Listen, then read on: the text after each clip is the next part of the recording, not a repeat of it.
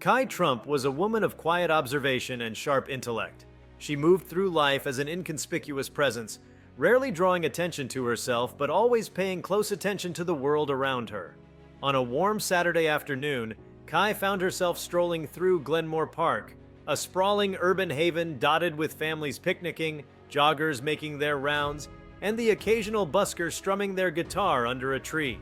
It was a scene she loved, a snapshot of humanity at ease, diverse yet unified. But what she witnessed that day would change her perspective forever. Before we start, smash the like and subscribe buttons for more updates. As Kai ambled along the pathway near the central fountain, her attention was drawn to a commotion by the nearby coffee kiosk. A young black man, probably in his early 20s, was being surrounded by two police officers. His face, framed by neatly styled dreadlocks, bore a mixture of shock and frustration. Onlookers began to pause, their murmurs growing louder as the officers barked at the man, ordering him to place his hands behind his back. Kai stopped in her tracks, her heart quickening. She hadn't seen what had led to this moment, but something felt undeniably wrong. The man protested his innocence, his voice steady but strained. "I didn't do anything. You've got the wrong person," he said, looking around at the crowd as though hoping someone might back him up. The officers, however, seemed unfazed by his pleas. "Sir, we have a report that matches your description. Don't make this harder than it has to be," one officer said, reaching for handcuffs. Kai's instincts kicked in.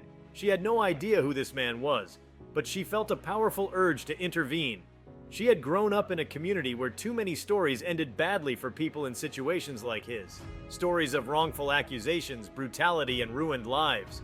This felt like one of those moments that could spiral out of control if left unchecked. "Excuse me," Kai said, stepping forward. Her voice was firm, cutting through the hum of the growing crowd. Heads turned toward her, including those of the officers. "What's going on here?" "This doesn't concern you, ma'am," one of the officers said dismissively, waving her off.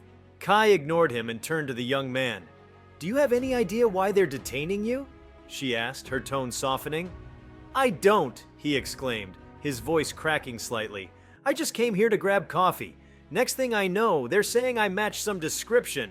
Kai's mind raced. She looked at the officers. "What exactly is he being accused of?" she demanded. The second officer sighed, clearly irritated.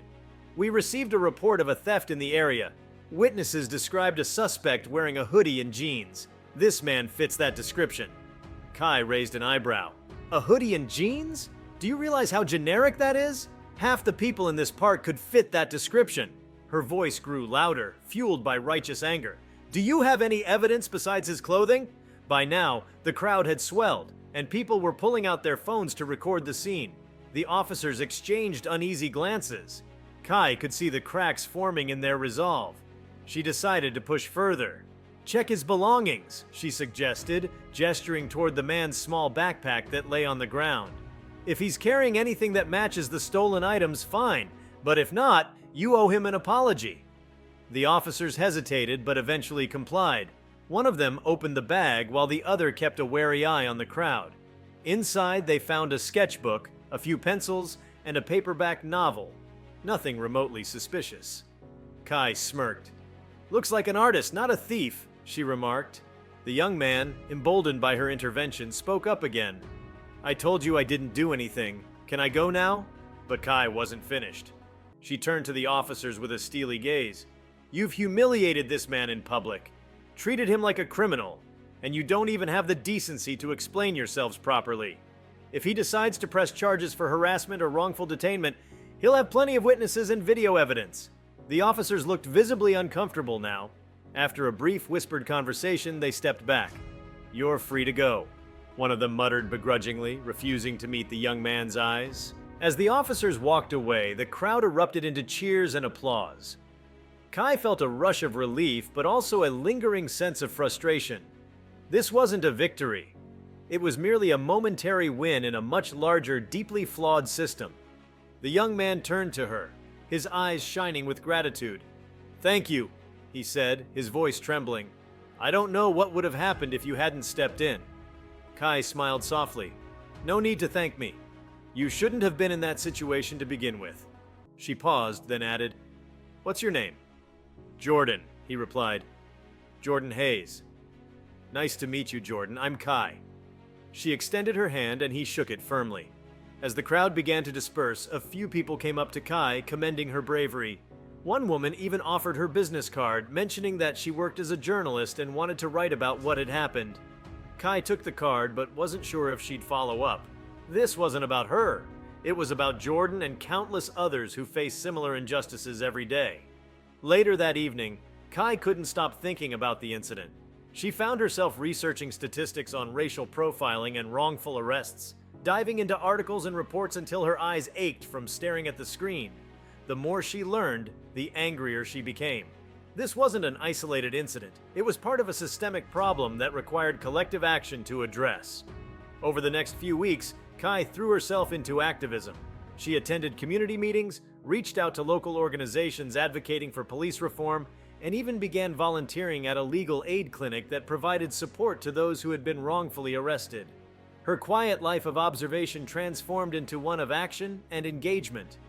As for Jordan, he and Kai stayed in touch. He was indeed an artist, and he used his work to process the trauma of his experience. One day, he showed Kai a painting he had created. A powerful piece depicting a figure standing defiantly against a faceless, shadowy authority. He called it The Moment.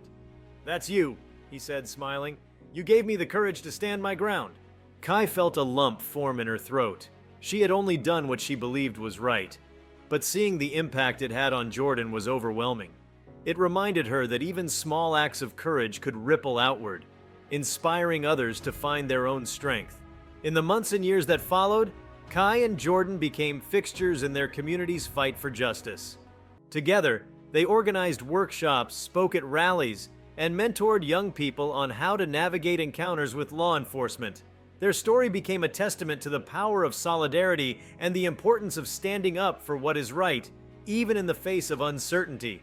Kai had never set out to be a hero, and she didn't see herself as one. She was simply a person who refused to look away when she saw someone in need, and in doing so, she proved that ordinary people could make an extraordinary difference. Kai Trump's decision to step in and protect Jordan Hayes from a wrongful arrest was not just a spur-of-the-moment action. It sparked a ripple effect that stretched far beyond the boundaries of Glenmore Park. Her choice to intervene, though seemingly small in the grand scheme of things, ignited a series of events that would shape her life and the lives of countless others. In the days following the incident, Kai was approached by several people who had been present that day. Strangers sent messages through social media, thanking her for her courage and sharing stories of their own experiences with racial profiling and police misconduct. Each story was heartbreaking and infuriating, a testament to the pervasive nature of systemic injustice. Kai realized that what she had witnessed was not an isolated incident. It was a symptom of a larger, deeply ingrained problem that demanded attention. One email in particular stood out to Kai. It was from a woman named Priya Patel, a civil rights attorney and co-founder of a nonprofit organization called Justice Bridge. Priya had seen one of the videos of the Glenmore Park incident circulating online and wanted to meet Kai in person. Curious and intrigued, Kai agreed to a meeting. When they met at a small cafe in the heart of the city, Priya wasted no time expressing her admiration for Kai's actions. "What you did took guts," Priya said, her eyes shining with sincerity. "Most people wouldn't have stepped in. They would have just watched or walked away." Kai shifted uncomfortably in her chair. She wasn't used to being praised so openly.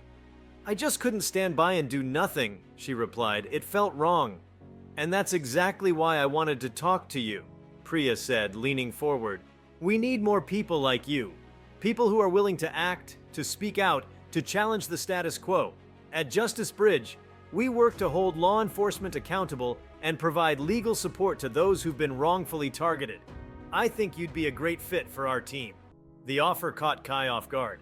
She had never considered herself an activist, let alone someone who could contribute to a nonprofit organization. "I don't have any legal experience," she said hesitantly. Priya smiled. "You don't need to. What you have is passion and courage, and that's just as important. We can teach you the rest." After some reflection, Kai decided to accept Priya's offer. It wasn't an easy decision. She was stepping into uncharted territory, but something deep inside her told her this was the right path. Her work with Justice Bridge began with small tasks. attending workshops, helping organize community events, and assisting with outreach efforts. But as time went on, she found herself taking on more responsibilities. The campaign, titled Faces of Justice, featured portraits and personal testimonies of individuals from all walks of life. Each story was unique, but they all shared a common thread: the profound impact of systemic injustice on ordinary people. The campaign was a resounding success, drawing attention from local media outlets and sparking conversations across the community. As Kai delved deeper into her work, she became increasingly aware of the complexities of the issues she was fighting against. It wasn't just about police misconduct. It was about the entire ecosystem that allowed such misconduct to flourish. Poverty, lack of education, implicit bias, and a justice system that often seemed more interested in punishment than rehabilitation. Kai spent hours reading, attending lectures, and speaking with experts, determined to educate herself so she could be a more effective advocate. Her growing knowledge and experience led her to take on a leadership role within Justice Bridge. She spearheaded a mentorship program for young people, aiming to empower them with the tools and confidence to navigate interactions with law enforcement.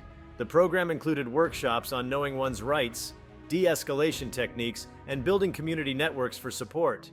Kai found immense fulfillment in working with the youth, many of whom reminded her of Jordan. One young woman, Amara, stood out in particular. At just 17 years old, Amara had already experienced more than her fair share of hardships. Her father had been incarcerated on questionable charges, and she had grown up feeling the weight of societal judgment. When she joined the mentorship program, she was shy and guarded, but over time she began to open up. Kai saw a spark in Amara that reminded her of her own younger self. She encouraged Amara to channel her experiences into something positive. "You have a voice, Amara," Kai told her during one of their one-on-one sessions, "and your story matters. Don't let anyone silence you." Amara took those words to heart. By the time she graduated from the program, she had become a passionate advocate for criminal justice reform. She even spoke at a rally organized by Justice Bridge, sharing her story with a crowd of hundreds. Kai watched with pride as Amara stood tall and confident, her voice resonating with strength and conviction. Meanwhile, Kai's personal relationship with Jordan continued to evolve. They had become close friends, united by a shared mission and mutual respect. Jordan's art became a cornerstone of Justice Bridge's campaigns, his powerful imagery capturing the essence of the movement in ways that words alone could not. One of his most notable pieces, The Stand, depicted a crowd of diverse individuals linked arm in arm, facing down a wall of riot shields. The painting was displayed prominently in the organization's office, serving as a constant reminder of their collective purpose. As Kai's work gained recognition, so did her visibility. She was invited to speak at panels, participate in podcasts, and contribute to articles about social justice. While she appreciated the platform these opportunities provided, she also struggled with the pressure that came with being in the spotlight. She often questioned whether she was doing enough, whether her efforts were truly making a difference. Those doubts were put to rest during a community event where a woman approached Kai with tears in her eyes. "I just wanted to thank you," the woman said, her voice trembling. "My son was in a situation similar to Jordan's, and because of your work, he knew what to do. He knew his rights, and it saved him from being arrested." The encounter left Kai deeply moved. It was a stark reminder that the work she was doing, no matter how overwhelming it felt at times, was having a tangible impact on people's lives, but not everything was smooth sailing. Justice Bridge faced its fair share of challenges, from funding shortages to pushback from those who resisted change. There were moments when Kai felt disheartened, moments when the weight of the fight seemed almost unbearable. Yet every time she felt like giving up, she thought about the people she had met along the way: Jordan, Amara, the woman at the community event, and it reignited her resolve. One of the most pivotal moments in Kai's journey came when she was invited to testify before a city council committee on police reform. It was an intimidating experience, facing a room full of officials, some of whom were openly skeptical of her perspective, but Kai approached it with the same determination that had guided her since that day in Glenmore Park.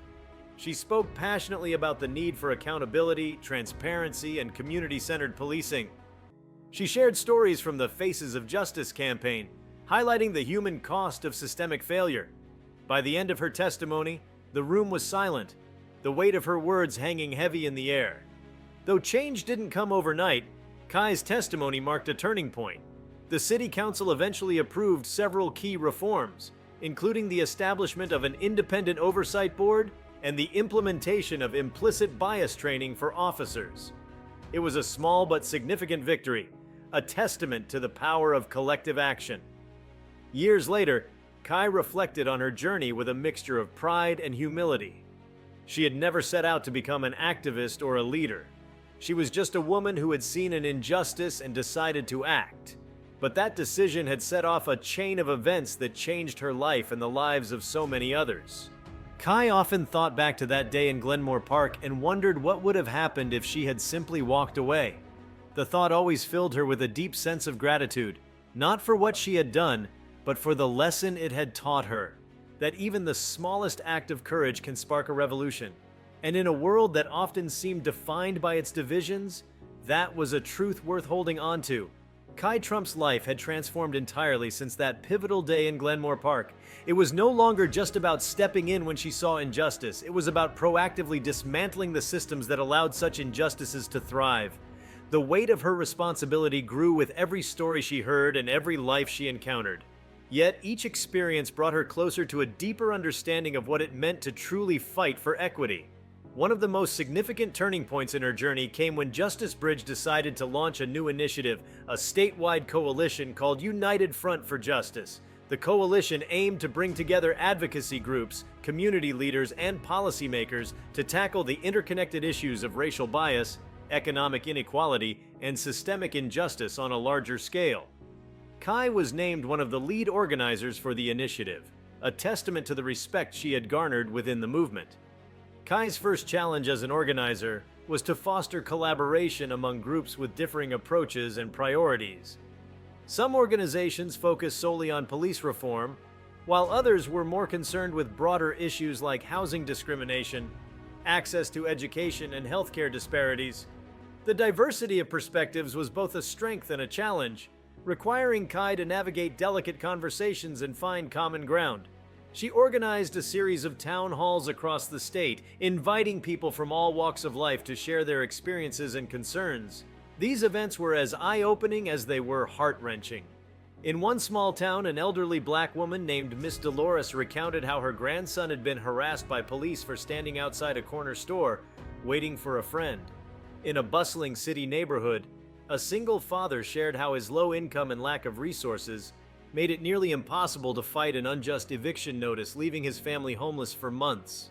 Kai listened intently to each story, taking meticulous notes and vowing to incorporate these lived experiences into the coalition's agenda. Her ability to empathize and connect with people on a personal level became one of her greatest assets. It wasn't just about policy for Kai, it was about humanity, about ensuring that no one felt invisible or unheard. As United Front for Justice gained momentum, Kai found herself thrust into a new realm, politics. While she had always believed in grassroots activism, she realized that achieving lasting change would require working within the system as well.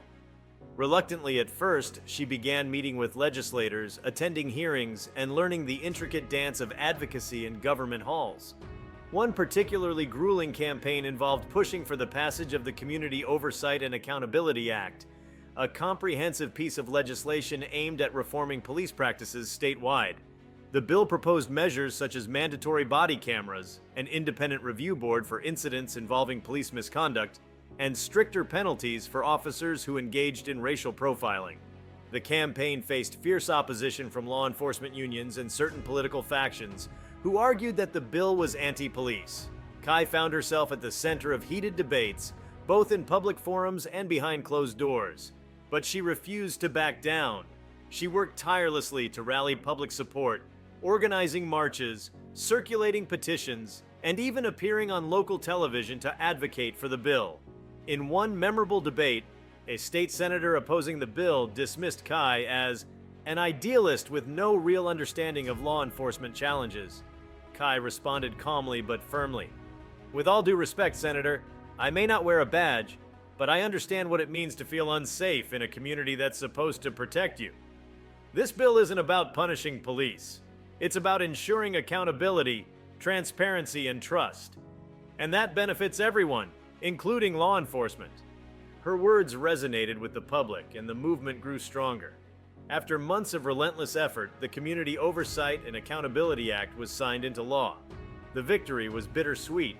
While it marked a significant step forward, Kai knew there was still much work to be done. Amid her growing responsibilities, Kai faced personal challenges as well. Balancing her activism with her own well-being proved to be a constant struggle. There were nights when she couldn't sleep, her mind racing with thoughts of the people who still needed help. She began seeing a therapist, who helped her process the emotional toll of her work and reminded her of the importance of self-care. Her relationship with Jordan Hayes also deepened during this time. Though they were never romantically involved, their bond was undeniable. Jordan often joked that they were like siblings, bound not by blood but by a shared purpose. He became Kai's confidant, offering her perspective and encouragement when she needed it most. His art continued to play a crucial role in the movement, with his works appearing in galleries, protest banners, and even on the cover of a major magazine. One day, Jordan unveiled a new painting that left Kai speechless. Titled Legacy, it depicted a figure standing atop a mountain, gazing out at a vast, radiant landscape. The figure's shadow stretched long and wide, blending with the shadows of countless others who had come before. Jordan explained that it was inspired by Kai and the idea that every step forward in the fight for justice built on the efforts of those who had paved the way. "You're a part of that legacy now," Jordan said, his voice filled with emotion. "And so am I, thanks to you." Kai's eyes brimmed with tears as she hugged him. She often felt like an imposter in the world of activism, questioning whether she was truly making a difference. But moments like this reminded her that change, no matter how incremental, was still meaningful. As years passed, Kai's work evolved yet again. She began focusing on education, believing that the key to preventing injustice lay in empowering future generations. With the support of Justice Bridge and United Front for Justice, she launched a statewide initiative to integrate social justice education into school curriculums. The program, called Seeds of Change, taught students about systemic inequality, the importance of empathy, and how to advocate for themselves and others. The program faced its fair share of resistance, with critics accusing it of being too political or divisive. But Kai stood firm, emphasizing that teaching young people about fairness and equality was not a political act. It was a moral imperative. Slowly but surely, the program gained traction, with educators and students alike embracing its mission. One particularly moving moment came when a high school student named Malik wrote to Kai, sharing how Seeds of Change had inspired him to start a diversity club at his school. "For the first time, I feel like my voice matters," he wrote. "Thank you for showing me that I can make a difference." The letter became one of Kai's most treasured possessions, a reminder of why she had embarked on this journey in the first place. As her influence grew, Kai remained humble, always crediting the collective effort of the communities and individuals who had supported her along the way. She often reflected on the lessons she had learned throughout her journey, the importance of listening, the power of persistence, and the strength found in solidarity. Her story became a beacon of hope for others, proving that even one person's actions could ignite a movement. Yet Kai never saw herself as a hero. To her, she was just someone who had chosen not to look away when faced with injustice. And that choice, she believed, was one that anyone could make. Kai Trump's journey had brought her into spaces she never imagined: courtrooms, classrooms, legislative chambers, and the hearts of countless individuals who found solace and strength in her story. Yet her most profound transformation lay not in the accolades she received or the reforms she championed, but in the quiet, personal growth she experienced. As the years went on, Kai became increasingly aware of the need for intersectionality in her work. She recognized that racial injustice could not be separated from other forms of oppression, such as sexism, classism, and ableism. This realization drove her to broaden the scope of her advocacy, ensuring that her work addressed the interconnected struggles faced by marginalized communities. One of her most ambitious projects during this time was the establishment of the Empowerment Collective, a grassroots organization dedicated to supporting women of color who had been affected by systemic inequality. The collective offered resources such as job training, legal assistance, mental health support, and leadership development programs. Kai envisioned it as a sanctuary where women could not only heal from their experiences, but also discover their potential to become changemakers themselves. The collective's impact was immediate and profound.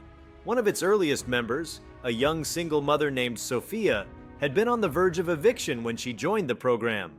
Through the collective, Sophia received financial counseling and legal support, which helped her secure stable housing.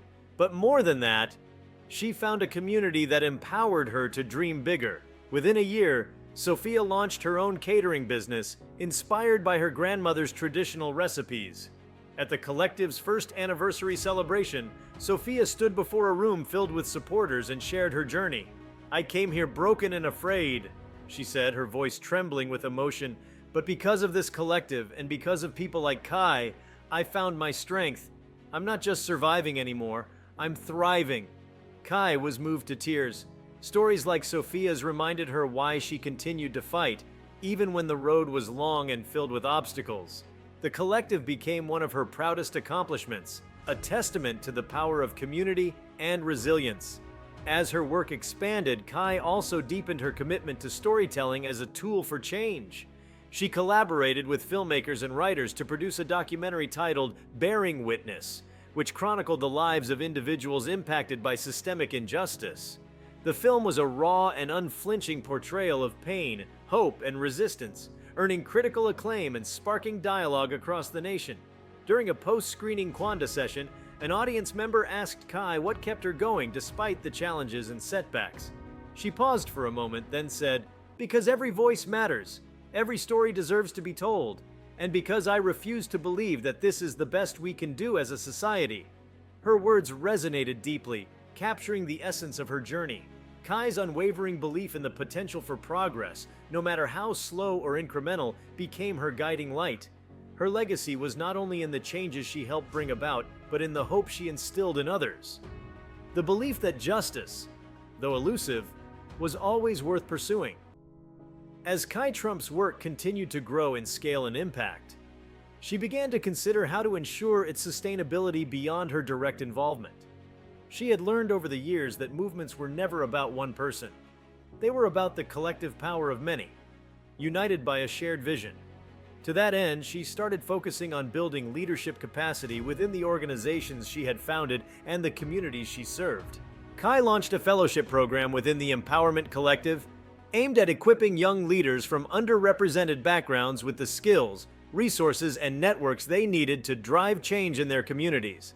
The program emphasized mentorship, with fellows paired with seasoned activists, entrepreneurs, and policymakers who could guide them on their journeys. Kai personally mentored several fellows, finding immense joy in watching them develop their own unique approaches to advocacy. One fellow, Rashad, stood out for his passion and creativity.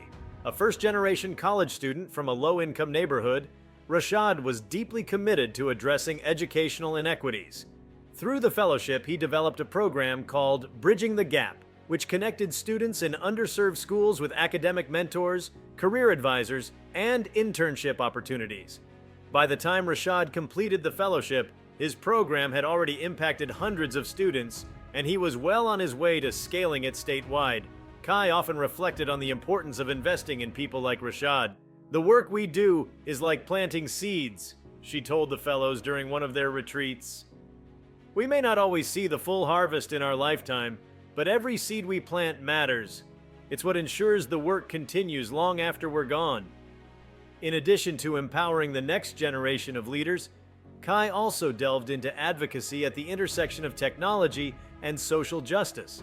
She recognized how data and algorithms could both perpetuate and dismantle systemic bias, depending on how they were used. Partnering with tech experts and data scientists, she co-founded an initiative called Equitech, which focused on promoting ethical technology practices and combating algorithmic discrimination. Equitech's work was groundbreaking, addressing issues such as biased facial recognition software, inequitable access to digital resources, and the misuse of predictive policing tools. Kai became a vocal advocate for transparency and accountability in technology, often challenging major corporations to consider the human impact of their innovations.